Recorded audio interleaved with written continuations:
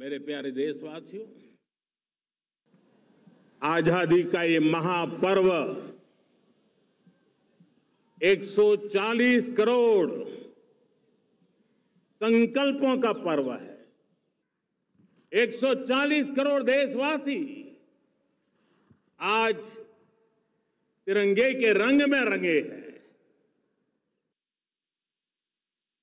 हम आज डॉक्टर श्यामा प्रसाद मुखर्जी की 125वीं जयंती भी मना रहे हैं। डॉक्टर श्यामा प्रसाद मुखर्जी भारत के संविधान के लिए बलिदान देने वाले देश के पहले महापुरुष थे। धारा 370 की दीवार गिराकर एक देश एक संविधान के मंत्र को जब हमने साकार किया तो हमने डॉक्टर श्यामा प्रसाद मुखर्जी को सच्ची श्रद्धांजलि दी। पिछले कुछ दिनों में प्राकृतिक आपदाएं, भूस्खलन, बादलों का फटना, न जाने कितनी कितनी आपदाएं हम झेल रहे हैं। पीड़ितों के साथ हमारी संवेदना है। ऑपरेशन सिंदूर के वीर जाबाजों को सैल्यूट करने का अवसर मिला है।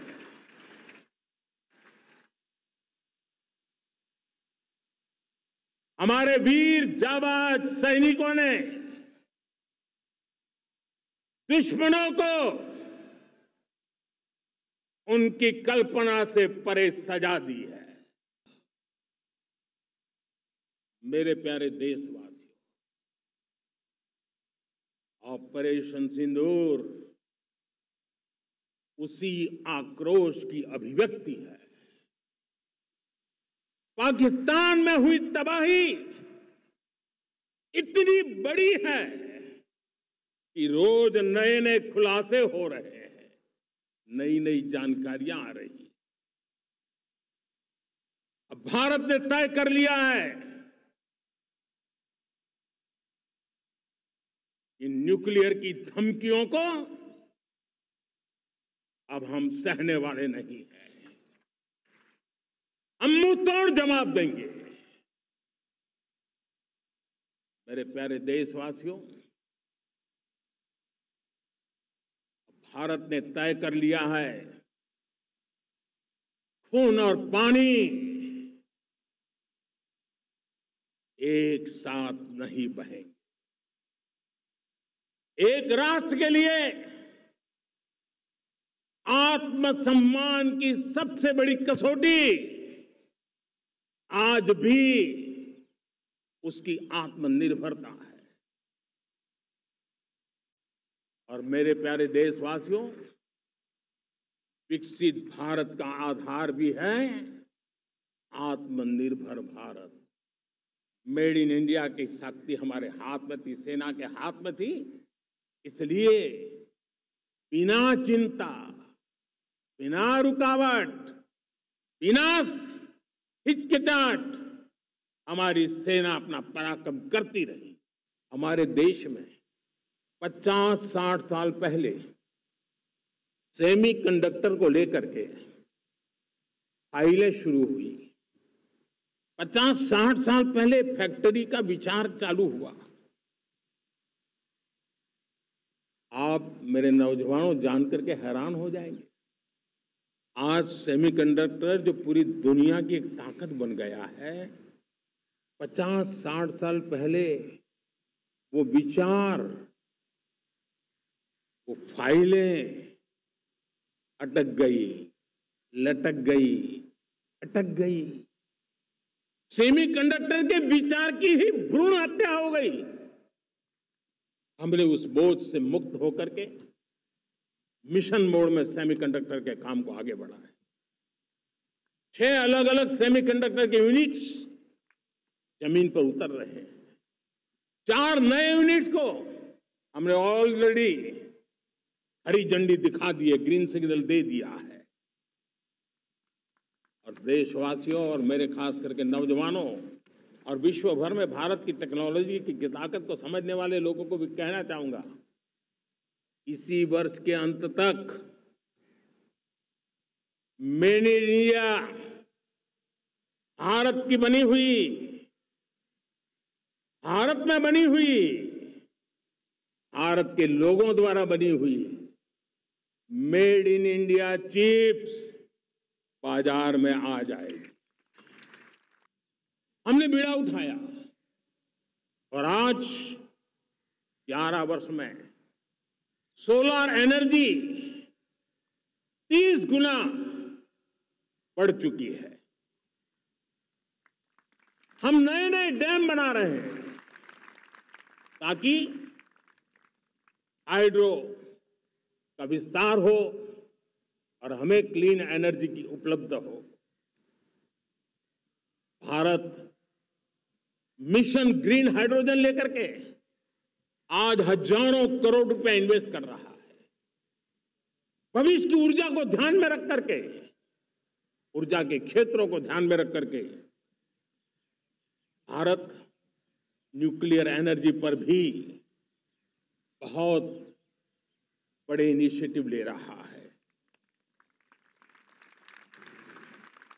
न्यूक्लियर एनर्जी में 10 नए न्यूक्लियर रिएक्टर तेजी से काम कर रहे हैं। मेरे प्यारे देशवासियों, रिफॉर्म एक निरंतर प्रक्रिया है। समयानुकूल परिस्थिति के अनुसार रिफॉर्म करते जाना होता है। हम न्यूक्लियर एनर्जी के क्षेत्र में बहुत बड़े रिफॉर्म लेकर के आए। अब हमने प्राइवेट सेक्टर के लिए भी परमाणु ऊर्जा को उसके द्वार खोल दिए हैं। हम शक्ति को जोड़ना चाहते हैं। मेरे देशवासियों का सामर्थ्य देखिए, मेरे देशवासियों की संकल्प शक्ति देखिए, मेरे देशवासियों को विकसित भारत बनाने का संकल्प को पूर्ण करने के लिए उनकी दौड़ देखिए। हमने जो लक्ष्य 2030 में तय किया था, वो 50% क्लीन एनर्जी का लक्ष्य 2025 में हमने कर लिया। देश को विकसित बनाने के लिए हम अब समुद्र मंथन की तरफ भी जा रहे हैं। हमारे समुद्र के मंथन को आगे बढ़ाते हुए हम समुद्र के भीतर के तेल के भंडार, गैस के भंडार, उसको खोजने की दिशा में एक मिशन मोड में काम करना चाहते हैं। आज पूरा विश्व क्रिटिकल मिनरल को लेकर के बहुत ही सतर्क हो गया है। उसके सामर्थ्य को लोग भली भांति समझने लगे हैं। एनर्जी का सेक्टर हो, इंडस्ट्री का सेक्टर हो, रक्षा क्षेत्र हो, टेक्नोलॉजी के हर क्षेत्र हो, आज क्रिटिकल मिनरल्स की टेक्नोलॉजी के अंदर बहुत अहम भूमिका है। और इसलिए नेशनल क्रिटिकल मिशन हमने लॉन्च किया है। 1200 से अधिक स्थानों पर खोज का अभियान चल रहा है और हम क्रिटिकल मिनरल में भी आत्मनिर्भर बनने की दिशा में आगे बढ़ रहे हैं। और हमारे group captain Shubhanshu Shukla space station से लौट चुके हैं। हम स्पेस में भी अपने दम पर आत्मनिर्भर भारत गगनयान की तैयारी कर रहे हैं। हम अपने बलबूते पर हमारा अपना स्पेस स्टेशन बनाने की दिशा में हम काम कर रहे हैं। और पिछले दिनों स्पेस में जो रिफॉर्म किए गए, मुझे बहुत गर्व हो रहा है। मेरे देश के 300 से ज्यादा स्टार्टअप्स आप सिर्फ और सिर्फ स्पेस सेक्टर में काम कर रहे हैं और उन 300 स्टार्टअप में हजारों नौजवान पूरे सामर्थ्य के साथ जुटे हैं। भारत आज हर सेक्टर में आधुनिक इकोसिस्टम तैयार कर रहा है और आधुनिक इकोसिस्टम हर क्षेत्र में हमारे देश को आत्मनिर्भर बनाएगा।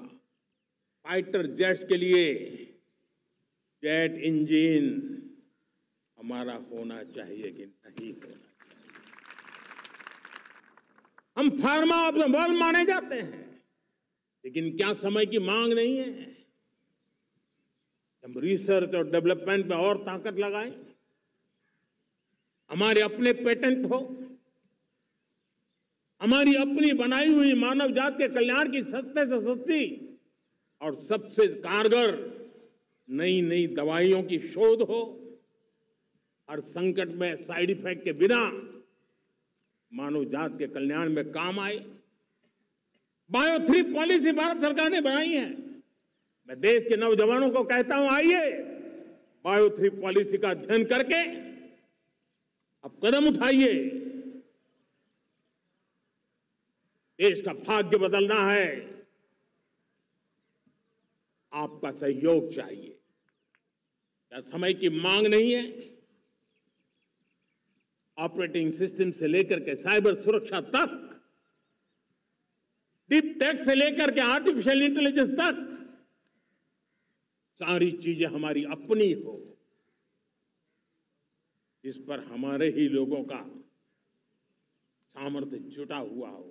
यूपीआई का हमारा प्लेटफॉर्म आज दुनिया को अजोबा कर रहा है। हमारे में सामर्थ्य है। रियल टाइम ट्रांजैक्शन में 50% अकेला भारत यूपीआई के माध्यम से कर रहा है। मेरे देश के नौजवानों में चुनौती करता हूं आपको, आइए हमारे अपने प्लेटफॉर्म क्यों ना हो। हम क्यों दूसरों पर निर्भर रहे? क्यों भारत का धन बाहर जाए? और मुझे आपके सामर्थ्य पर भरोसा है। आने वाला युग ईवी का है। अब ईवी बैटरी क्या हम नहीं बनाएंगे? हम निर्भर रहेंगे? सोलर पैनल की बात हो, इलेक्ट्रिक व्हीकल्स के लिए जिन जिन चीजों की आवश्यकताएं हैं वो हमारी अपनी होनी चाहिए। आत्मनिर्भर बनने के लिए अपना सब कुछ देना है, अपना जो बेस्ट है वो हमें दे करके रहना है। साथियों, पिछले 11 साल में एंटरप्रेन्योरशिप, उद्यमशीलता को बहुत बड़ी ताकत मिली। आज लाखों स्टार्टअप्स टियर 2, टियर 3 सिटी में देश की अर्थशक्ति को, देश के इनोवेशन को ताकत दे रहे हैं। उसी प्रकार से मुद्रा योजना से हमारे देश के करोड़ों नौजवान, उसमें भी हमारी बेटियां, करोड़ों करोड़ों लोग मुद्रा से लोन लेकर के अपना खुद का कारोबार कर रहे हैं। खुद तो अपने पैरों पर खड़े हुए हैं, लेकिन औरों को भी पैरों पर खड़े रहने की ताकत देते हैं। पिछले 10 साल में विमेन सेल्फ हेल्प ग्रुप ने कमाल करके दिखाया। आज उनके प्रोडक्ट दुनिया के बाजार में जाने लगे हैं। लाखों करोड़ों का कारोबार हमारे विमेन सेल्फ हेल्प ग्रुप से। मैंने ऐसे ही मन की बात में कहा, करे मेरे देश के नौजवानों, ऐसा भी करें नहीं क्या, किलो भी बाहर जाएंगे। और आज मैं गर्व से कहता हूं कि मेरा देश खिलौने एक्सपोर्ट करने लग गया है। आप इनोवेटिव आइडियाज लेकर के, आपके आइडियाज को मरने मत देना दोस्तों। आज का आपका आइडिया हो सकता है आने वाली पीढ़ी का भविष्य बना सकता है। मैं आपके साथ खड़ा हूं। आप आइए, हिम्मत जुटाइए, इनिशिएटिव लीजिए। सरकार के नियमों में बदलाव करना है, मुझे बताइए। अब देश रुकना नहीं चाहता है। 2047 दूर नहीं है। एक एक पल की कीमत है और हम एक भी पल गंवाना नहीं चाहते दोस्तों। जब सरकार आपके साथ है और मैं स्वयं आपके साथ हूं, तब हम नया इतिहास बना सकते हैं। हमारे एमएसएमईज, उसका लोहा दुनिया मानती है। ये दुनिया में बड़ी बड़ी चीजें बनती है ना, कुछ न कुछ तो औजार हमारे देश के एमएसएमईज के द्वारा जाते हैं। कि हमें विश्व बाजार में अपने सामर्थ्य का लोहा मनवाना है, तो हमें क्वालिटी में निरंतर नई ऊंचाइयों को पार करना। दुनिया क्वालिटी को स्वीकार करती है, हमारी गुणवत्ता सबसे ज्यादा हो और सरकार के भी प्रयास हो, रॉ मटेरियल की भी उपलब्धि हो, हमारी प्रोडक्शन की कॉस्ट कैसे कम हो। हम सभी जो उत्पादन के क्षेत्र में लगे हैं, उन सब का मंत्र होना चाहिए, दाम कम लेकिन दम ज्यादा। आज 140 करोड़ देशवासियों का एक ही मंत्र होना चाहिए, समृद्ध भारत।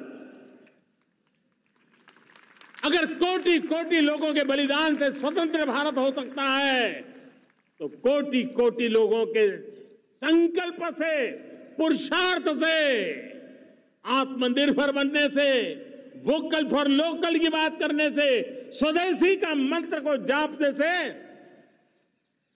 समृद्ध भारत भी बन सकता है। वो पीढ़ी स्वतंत्र भारत के लिए खप गई थी, ये पीढ़ी समृद्ध भारत के लिए नए कदम उठाए, यही समय की मांग है। और मैं देश के सभी इन्फ्लुएंसर्स को कहना चाहता हूं, इस मंत्र को आगे बढ़ाने में मेरी मदद कीजिए। मैं सभी राजनीतिक दलों को, राजनेताओं को सबसे कहता हूं कि आइए, ये किसी राजनीतिक दल का एजेंडा नहीं है, भारत हम सबका है। हम मिलकर के वोकल फॉर लोकल, उस मंत्र को हर नागरिक के जीवन का मंत्र बनाएं। वो चीजें जिसमें भारत की मिट्टी की महक हो और जो भारत के आत्मनिर्भर के संकल्प को ताकत देता हो, हम उसी को खरीदेंगे, हम उसी का उपयोग करेंगे। मैं चाहता हूं देश में ऐसे व्यापारी आ गया, ऐसे दुकानदार आए कि यहां स्वदेशी माल बिकता है, वो बोर्ड लगा रहे हैं। हम स्वदेशी का गर्व करने लगे। हम स्वदेशी मजबूरी में नहीं, मजबूती के साथ उपयोग करेंगे, मजबूती के लिए उपयोग करेंगे और जरूरत पड़ी तो औरों को मजबूर करने के लिए उपयोग करेंगे। ये हमारी ताकत होनी चाहिए, ये हमारा मंत्र होना चाहिए। मैं बड़े अनुभव से कहता हूं, किसी दूसरे की लकीर छोटी करने के लिए अपनी ऊर्जा हमें नहीं खपानी है। हमें पूरी ऊर्जा के साथ हमारी लकीर को लंबा करना है। पिछले दिनों हमने कई रिफॉर्म्स किए, एफडीआई हो, इंश्योरेंस कंपनी की बात हो, विश्व की यूनिवर्सिटीज को भारत के अंदर स्थान देने की बात हो, कई रिफॉर्म्स किए हैं। 40,000 से ज्यादा अनावश्यक कंप्लायंसेस को हमने खत्म किया है। इतना ही नहीं, 1500 से अधिक पुराने कानून जो बाबा आदम के जमाने के थे, उन सबको हमने खत्म कर दिया है। हो हल्ला के बीच लोगों तक बात पहुंची नहीं होगी, लेकिन एक बहुत बड़ा रिफॉर्म इनकम टैक्स एक्ट में हुआ है। करीब 280 से ज्यादा धाराएं हमने समाप्त करने का निर्णय किया है। हमने दंड संहिता को खत्म कर दिया, न्याय संहिता को ले आए हैं। न्याय संहिता में भारत के नागरिक के प्रति विश्वास का भाव है। भारत के नागरिक के अंदर अपनेपन का भाव है, संवेदनशीलताओं से भरा हुआ है। स्ट्रक्चरल रिफॉर्म्स की बात हो, रेगुलेटरी रिफॉर्म्स की बात हो, पॉलिसी रिफॉर्म की चर्चा हो, प्रोसेस रिफॉर्म की चर्चा हो, प्रोसीड्यूरल रिफॉर्म्स करने की जरूरत हो, हर प्रकार के रिफॉर्म्स, नेक्स्ट जनरेशन रिफॉर्म्स के लिए हमें एक टास्क फोर्स गठित करने का निर्णय किया है। ये टास्क फोर्स समय सीमा में इस काम को पूरा करे। वर्तमान नियम, कानून, नीतियां, रीतियां 21वीं सदी के अनुकूल, वैश्विक वातावरण में अनुकूल और भारत को 2047 में विकसित राष्ट्र बनाने के संदर्भ में नए सिरे से तैयार हो और उसका समय सीमा में अपना कार्य पूरा करने के लिए इस टास्क फोर्स की रचना की है। ऐसे ऐसे कानून है हमारे देश में, छोटी छोटी चीजों के लिए जेल में डालने के कानून है। आप हैरान हो जाएंगे, किसी ने नजर नहीं डाली। मैं पीछे लगा हूं, ये मेरे देश के नागरिकों को जेल में बंद करने वाले जो अनावश्यक कानून है वो खत्म होने चाहिए। और मेरे प्यारे देशवासियों, हम नेक्स्ट जनरेशन जीएसटी रिफॉर्म्स लेकर के आ रहे हैं। ये दिवाली के अंदर आपके लिए तोहफा बन जाएंगे।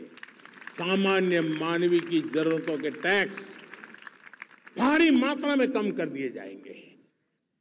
आज इन्फ्लेशन कंट्रोल में है। फॉरेन एक्सचेंज रिजर्व हमारे बहुत मजबूत है। हमारे मैक्रो इकोनॉमिक इंडिकेटर्स बहुत मजबूत है। ग्लोबल रेटिंग एजेंसी भी लगातार भारत की अर्थव्यवस्था पर ज्यादा से ज्यादा विश्वास व्यक्त कर रही है। ये बढ़ती हुई अर्थव्यवस्था का लाभ मेरे देश के गरीबों को मिले, मेरे देश के किसानों को मिले, मेरे देश की नारी शक्ति को मिले, मेरे देश के मध्यम वर्ग को मिले, मेरे देश की विकास धारा को ताकत देने वाला बने। आज 15 अगस्त के ही दिन मेरे देश के युवाओं के लिए 1 लाख करोड़ रुपए की योजना हम चालू कर रहे हैं, लागू कर रहे हैं।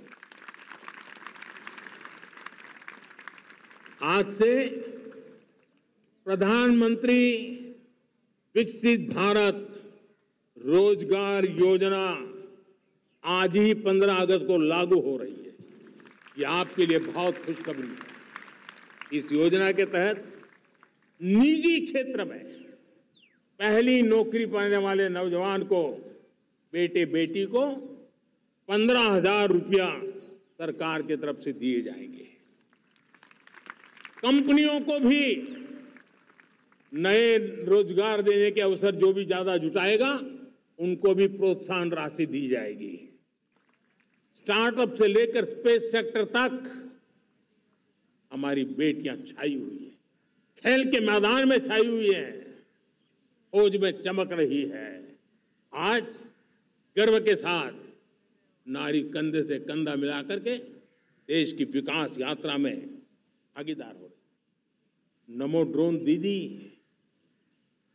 नारी शक्ति की एक नई पहचान बनी। हमने 3 करोड़ महिलाओं को लखपति दीदी बनाने का संकल्प लिया था। 3 करोड़। और मुझे आज संतोष है कि हम तेज गति से काम कर रहे हैं। समय से पहले 3 करोड़ का लक्ष्य पार कर लेंगे। और आज मैं खुशी से देश को बताना चाहता हूं कि मेरे नारी शक्ति का सामर्थ्य देखिए। देखते ही देखते 2 करोड़ महिलाएं लखपति दीदी बन चुकी है। आज भारत दूध, दाल, जूट जैसे उत्पादन में नंबर 1 है दुनिया में। आज दुनिया का दूसरा सबसे बड़ा फिश प्रोड्यूसर, मेरे मछुआरा भाई बहनों की ताकत देखिए। फिश प्रोड्यूशन में दुनिया में हम दूसरे नंबर पर पहुंच चुके हैं। आज भारत चावल, गेहूं, फल और सब्जी के उत्पादन में भी दुनिया में दूसरे नंबर पर पहुंच चुका है। 4 लाख करोड़ रुपया एग्रो प्रोडक्ट का एक्सपोर्ट हुआ है। देशवासियों, हमारे देश के पशुधन को बचाने में हमें कोविड की वैक्सीन मुफ्त में मिली, वो तो याद है, लेकिन हम पशुधन के लिए भी अब तक 125 डोज मुफ्त में पशुओं को लगा चुके हैं। फूट एंड माउथ डिसीज से मुक्ति पाने के लिए, जो हमारा यहाँ उत्तर भारत में उसे खुरपका मुंहपका बीमारी कहते हैं, उसे बचाने के लिए 125 करोड़ डोज हम लगा चुके हैं और मुफ्त में लगा चुके हैं।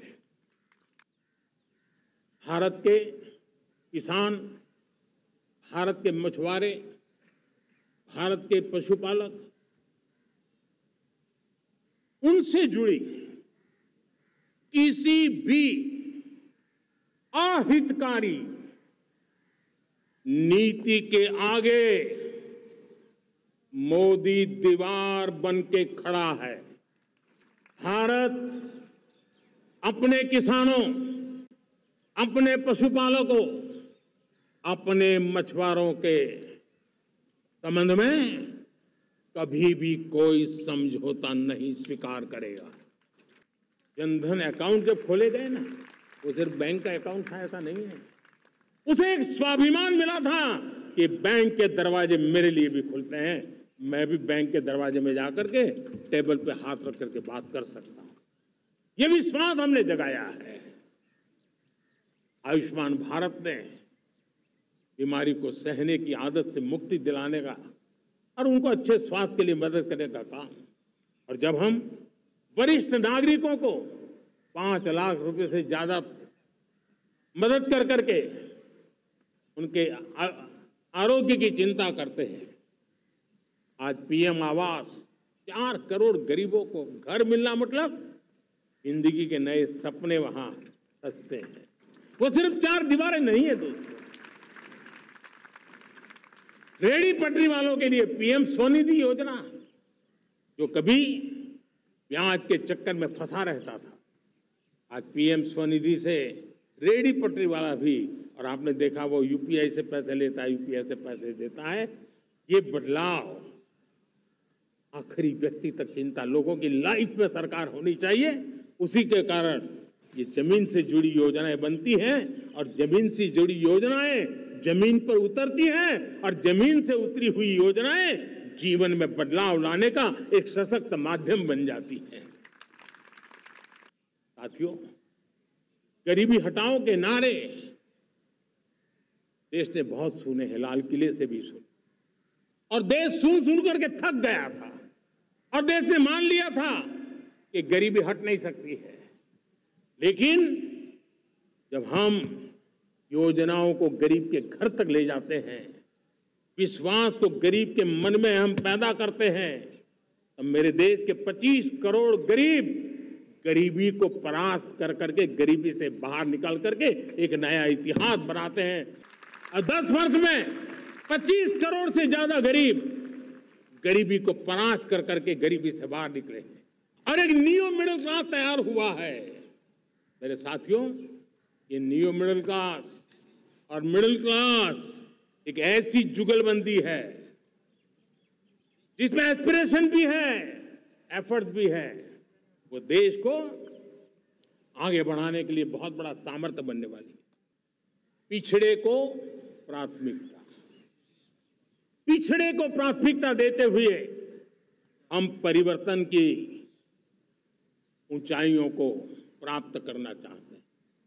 हम इसके लिए परिश्रम की पराकाष्ठा करना चाहते हैं। हम पारदर्शी नीतियों के द्वारा पिछड़ों को प्राथमिकता, ये हम धरती पर उतारना चाहते हैं, हर पिछड़े के जीवन में उतारना चाहते हैं। साथियों, रेहड़ी पटरी वालों के लिए स्वनिधि योजना हो या हमारे हुनर वाले हाथ से काम करने वाले विश्वकर्मा योजना की बात हो, आदिवासी में भी जो पिछड़े रह गए हैं उनके लिए पीएम जनधन की योजना की बात हो, हमारे पूर्वी भारत को विकास में पूरे देश के अंदर बराबरी में लाना और उनको नेतृत्व देने की दिशा में काम हो। हम सिर्फ समाज पिछड़े हो उनकी चिंता तक अटकने वाले नहीं है। जो क्षेत्र पिछड़े हैं उनको भी हम प्राथमिकता देना चाहते हैं। जो जिले पिछड़े रहे हैं हम उनको प्राथमिकता देना चाहते हैं। जो ब्लॉक पिछड़े रहे हैं उनको प्राथमिकता देना चाहते हैं। हमने 100 एस्पिरेशनल डिस्ट्रिक्ट, 500 एस्पिरेशनल ब्लॉक, उसी मिशन में काम किया है। हमने पूर्वी भारत के विकास के लिए हजारों करोड़ रुपए के इंफ्रास्ट्रक्चर के प्रोजेक्ट को बल दिया है। हमने पूर्वी भारत के जीवन को बदल करके देश की विकास यात्रा में भागीदार बनने का, मेरे प्यारे देशवासियों, जीवन हर क्षेत्र में विकास होना चाहिए।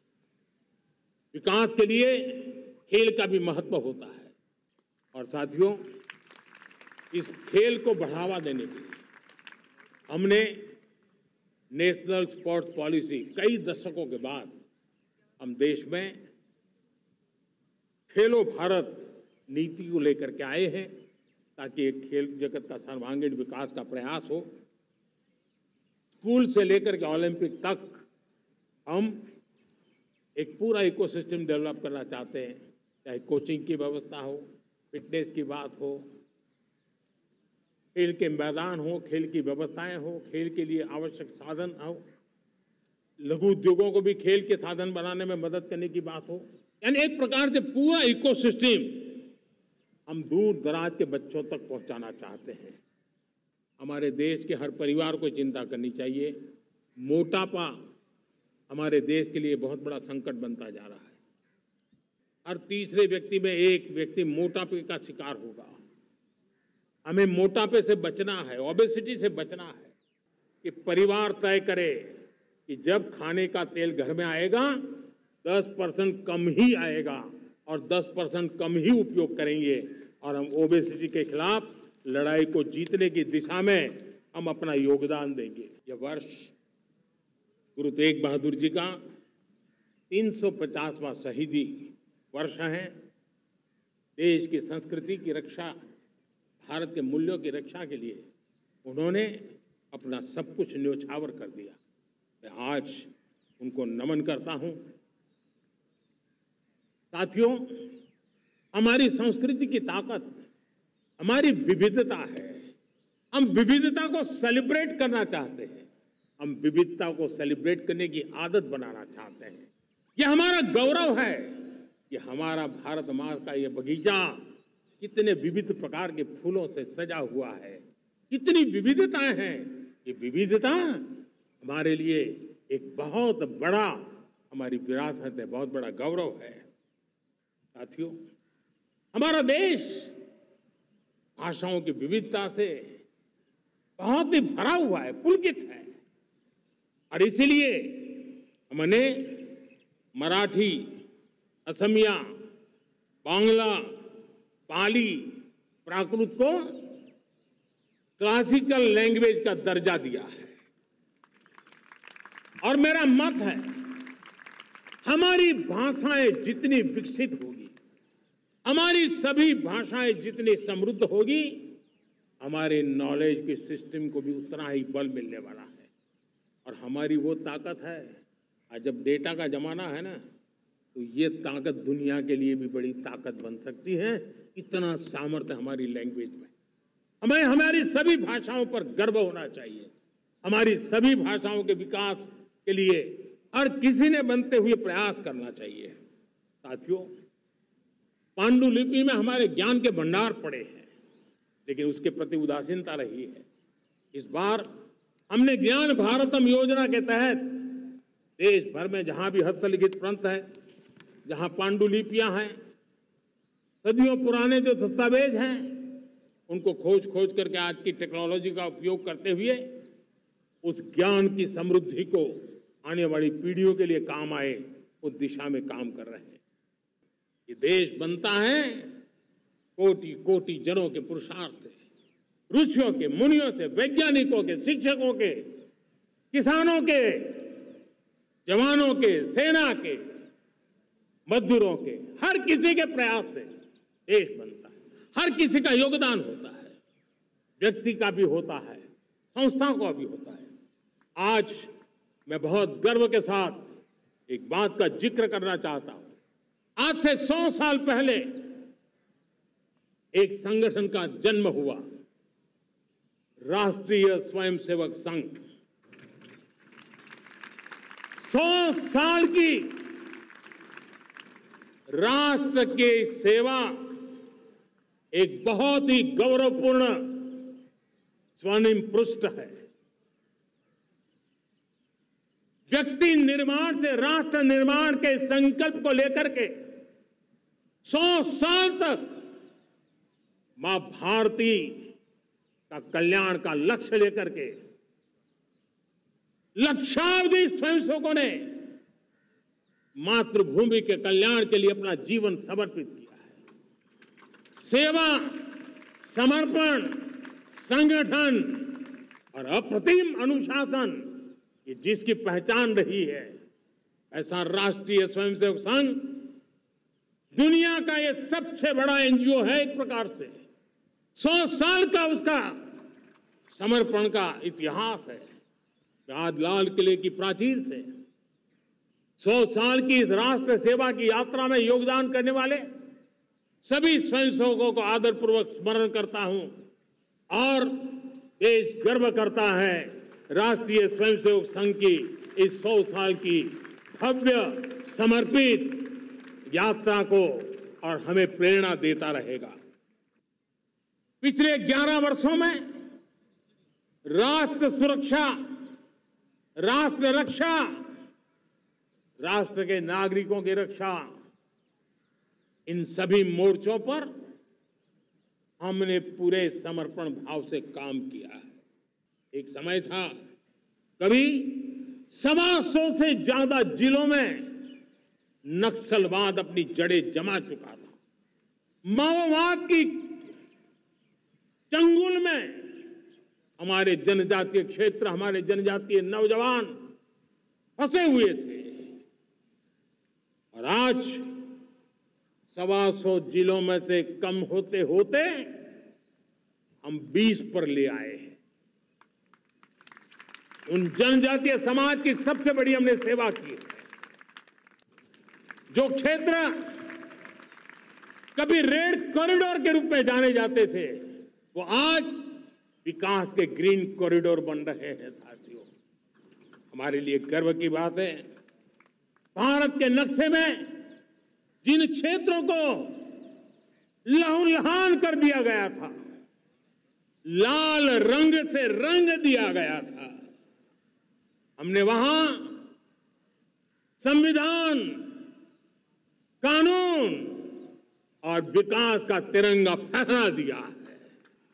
ये भगवान बिरसा मुंडा की 150वीं जयंती का अवसर है। तब इन जनजातीय क्षेत्रों को नक्सल से मुक्त कर करके, मेरे जनजातीय परिवार के नौजवानों की जिंदगी बचा करके हमने भगवान बिरसा मुंडा को एक सच्ची श्रद्धांजलि दी है। सोची समझी साजिश के तहत देश की डेमोग्राफी को बदला जा रहा है। एक नए संकट के बीज बोए जा रहे हैं और ये घुसपैठिए मेरे देश के नौजवानों की रोजी रोटी छीन रहे हैं। एक घुसपैठिए मेरे देश की बहन बेटियों को निशाना बना रहे हैं। ये बर्दाश्त नहीं होगा। ये घुसपैठिए भोले भाले आदिवासियों को भ्रमित करके उनकी जमीनों पर कब्जा कर रहे हैं। ये देश सहन नहीं करेगा। और इसलिए मेरे प्यारे देशवासियों, जब डेमोग्राफी परिवर्तन होता है, सीमावर्ती क्षेत्रों में डेमोग्राफी में परिवर्तन होता है, तब राष्ट्रीय सुरक्षा के लिए संकट पैदा होता है। देश की एकता, अखंडता और प्रगति के लिए ये संकट पैदा, सामाजिक तनाव के बीज बो देता है। और इसलिए मैं आज लाल किले की प्राचीर से कहना चाहता हूं, हमने एक हाई पावर्ड डेमोग्राफी मिशन शुरू करने का निर्णय किया है।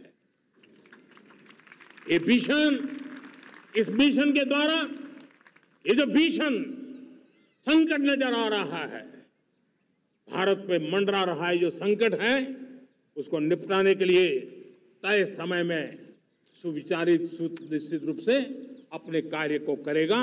उस दिशा में हम आगे बढ़ रहे हैं। हमने देखा है कि भारत युद्ध के हर नए तौर तरीकों को निपटने में समृद्ध है। हमने ऑपरेशन सिंदूर में दिखा दिया है। टेक्नोलॉजी में जो भी महारत थी, पाकिस्तान ने हमारे सैन्य ठिकानों पर, हमारे एयरबेस पर, हमारे संवेदनशील स्थानों पर, हमारे आस्था के केंद्रों पर, हमारे नागरिकों पर मिसाइल्स, ड्रोन अनगिनत मात्रा में उन्होंने वार किया। देश ने देखा है। लेकिन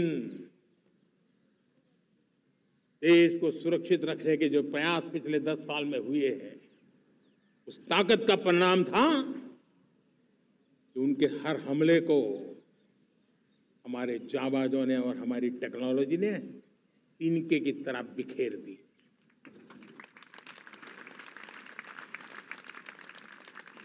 रत्ती भर नुकसान नहीं कर पाए। और इसलिए जब युद्ध के मैदान में टेक्नोलॉजी का विस्तार हो रहा है, टेक्नोलॉजी हावी हो रही है, तब राष्ट्र की रक्षा के लिए, देश के नागरिकों की सुरक्षा के लिए हमें भी, हमने जो आज महारत पाई है, वो महारत का और विस्तार करने की जरूरत है। हमने आज जो महारत पाई है, उसको लगातार अपग्रेडेड करते रहने की आवश्यकता है। और इसलिए साथियों, मैंने एक संकल्प लिया है। मुझे आपके आशीर्वाद चाहिए, कोटि कोटि देशवासियों के आशीर्वाद चाहिए। क्योंकि समृद्धि कितनी ही क्यों न हो, अगर सुरक्षा के प्रति उदासीनता बरतते हैं तो समृद्धि भी किसी काम की नहीं रहती। और इसलिए सुरक्षा का महत्व बहुत बड़ा है। और इसलिए मैं लाल किले की प्राचीर से कह रहा हूं, आने वाले 10 साल में 2035 तक राष्ट्र के सभी महत्वपूर्ण स्थलों, जिनमें सामरिक के साथ साथ सिविलियन क्षेत्र भी शामिल है, जैसे अस्पताल हो, रेलवे हो, जो भी आस्था के केंद्र हो, उन्हें टेक्नोलॉजी के नए प्लेटफॉर्म द्वारा पूरी तरह सुरक्षा का कवच दिया जाएगा। ये सुरक्षा का कवच लगातार विस्तार होता जाए, देश का हर नागरिक सुरक्षित महसूस करे, किसी भी प्रकार की टेक्नोलॉजी हम पर वार करने आ जाए, हमारी टेक्नोलॉजी उससे बेहतर सिद्ध हो। और इसलिए आने वाले 10 साल 2035 तक मैं ये राष्ट्रीय सुरक्षा कवच का विस्तार करना चाहता हूं, मजबूती देना चाहता हूं, आधुनिक बनाना चाहता हूं। और इसलिए भगवान श्री कृष्ण से प्रेरणा पाकर के हमने श्री कृष्ण का जो सुदर्शन चक्र था, उस सुदर्शन चक्र की राह को चुना है।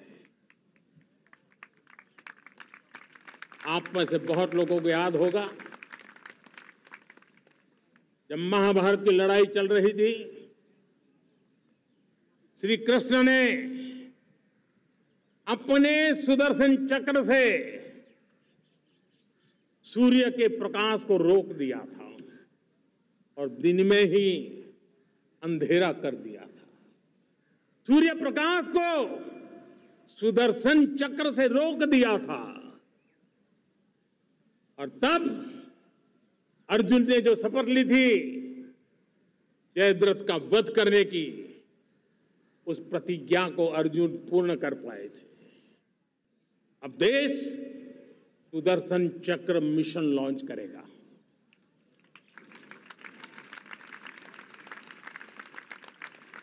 ये मिशन सुदर्शन चक्र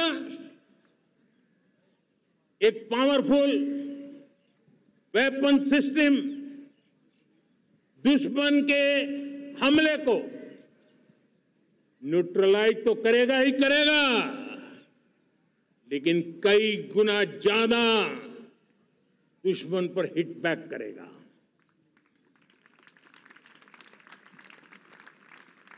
हमने भारत के इस मिशन सुदर्शन चक्र के लिए कुछ मूलभूत बातें भी तय की है। आने वाले 10 सालों में हम उसको प्रखरता से आगे बढ़ाना चाहते हैं।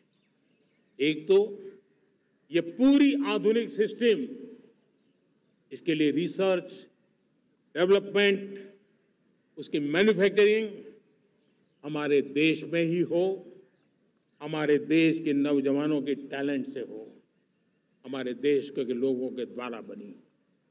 दूसरा, एक ऐसी व्यवस्था होगी जो वॉरफेयर के हिसाब से भविष्य में क्या क्या संभावनाएं हैं, उसका हिसाब किताब लगा करके +1 की स्ट्रेटेजी वर्कआउट करेगी। और तीसरा, सुदर्शन चक्र की एक ताकत थी, वो बहुत ही प्रिसाइज, जहां जाना था वहीं जाता था और वापस श्री कृष्ण के पास लौट के आता था। हम इस सुदर्शन चक्र के द्वारा भी टारगेटेड प्रिसाइज एक्शन के लिए भी व्यवस्था को विकसित करने की दिशा में आगे बढ़ेंगे।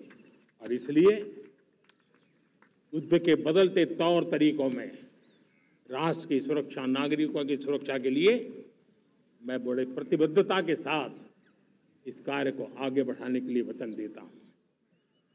लेकिन आज से 50 साल पहले भारत के संविधान का गला घोंट दिया गया था। भारत के संविधान के पीठ पे छुरा भोंक दिया गया था। देश को जेल खाना बना दिया गया था।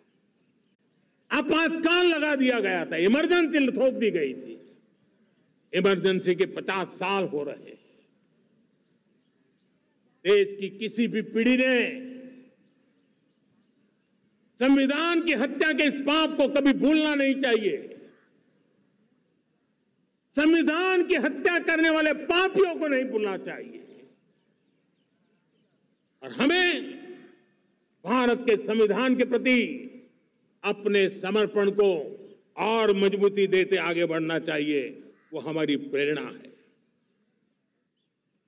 विकसित भारत बनाने के लिए न हम रुकेंगे, न हम झुकेंगे। और अपनी आंखों के सामने 2047 में विकसित भारत बना करके रहेंगे। मेरे प्यारे देशवासियों, हमारा दूसरा प्रण है कि हम हमारे जीवन में, हमारी व्यवस्थाओं में, हमारे नियम कानून परंपराओं में गुलामी का एक भी कण अब बचने नहीं देंगे। हम हर प्रकार की गुलामी से मुक्ति पाकर के ही रहेंगे। मेरे प्यारे देशवासियों, हम अपनी विरासत पर गर्व करेंगे। हमारी पहचान का सबसे बड़ा आभूषण, सबसे बड़ा गहना, सबसे बड़ा मुकुटमणि हमारी विरासत है। हम विरासत का गर्व करेंगे। मां भारती के प्रति कर्तव्य निभाना ये पूजा से कम नहीं है, तपस्या से कम नहीं है, आराधना से कम नहीं है। और उसी भाव से हम सब मातृभूमि के कल्याण के लिए परिश्रम की पराकाष्ठा करते हुए 2047 विकसित भारत के लक्ष्य को पार करने के लिए अपने आप को झोंक देंगे। जो भी सामर्थ्य है, कोई भी अवसर को छोड़ेंगे नहीं। इतना ही नहीं, नए अवसरों को निर्माण करेंगे और निर्मित करने के बाद हम 140 करोड़ देशवासियों के सामर्थ्य से आगे बढ़ते ही रहेंगे, बढ़ते ही रहेंगे, बढ़ते ही रहेंगे। मेरे प्यारे देशवासियों, हमें याद रखना है, 140 करोड़ देशवासियों को याद रखना है, परिश्रम में जो तपा है, परिश्रम में जो तपा है, उसने ही तो इतिहास रचा है। परिश्रम में जो तपा है, उसने ही तो इतिहास रचा है। जिसने फौलादी चट्टानों को तोड़ा है, जिसने फौलादी चट्टानों को तोड़ा है, उसने ही समय को मोड़ा है। जिसने फौलादी चट्टानों को तोड़ा है, उसने ही समय को मोड़ा है। और समय को मोड़ देने का भी, समय को मोड़ देने का भी यही समय है, सही समय है। मेरे प्यारे देशवासियों, एक बार फिर आप सबको आजादी के इस महान पर्व की अनेक अनेक शुभकामनाएं देता हूं, बहुत बहुत बधाई देता हूं। मेरे साथ बोलेंगे, जय हिंद, जय हिंद, जय हिंद। भारत माता की, भारत माता की, भारत माता की। वंदे, वंदे, वंदे। बहुत बहुत धन्यवाद।